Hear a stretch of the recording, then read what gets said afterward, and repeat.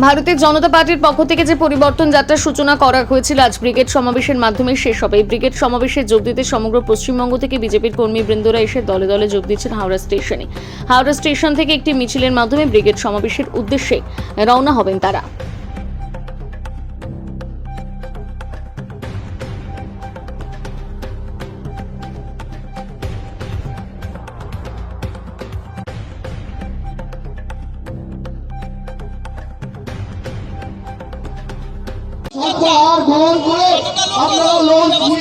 এখন পর্যন্ত এখানে 60,000 থেকে বেশি মানুষ নেমেছে।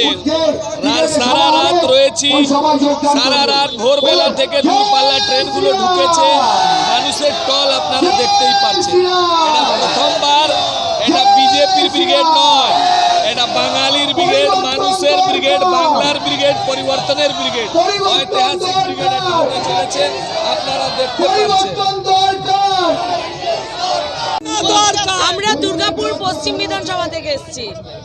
আজকে আপনারা জানেন দুর্গাপুর সহ প্রতিটা জায়গায় যেভাবে নারী থেকে আরম্ভ করে পুরুষ থেকে আরম্ভ করে 80 থেকে 0 থেকে 80 প্রতিটা মানুষের আজকে যেভাবে প্রতিটা নিহত নির্যাতন হচ্ছে, তাদের যুবকরা চাকরি পাচ্ছে না, সমস্ত কিছুর দাবিতে আজকে মাননীয় নরেন্দ্র মোদীজি আমাদের আজকে ডাক দিয়েছেন ব্রিগেডের। সেই ব্রিগেড ময়দানে আমরা সকলে দলে দলে যোগদান করেছি। আজকে পুরো পশ্চিমবাংলার জনগণে বিজেপিকে যোগ দিয়েছেন।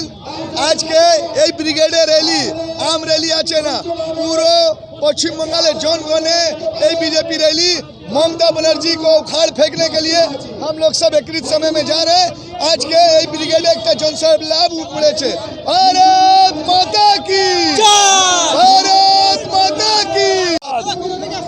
আমরা কালনা বিধানসভা থেকে আসছি। 2026-এর নির্বাচন তৃণমূলের বিসর্জন।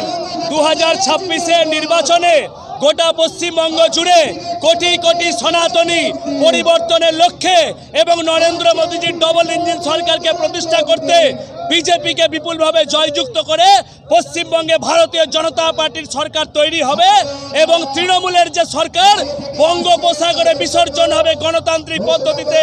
ভারত মাতা কি, ভারত মাতা কি।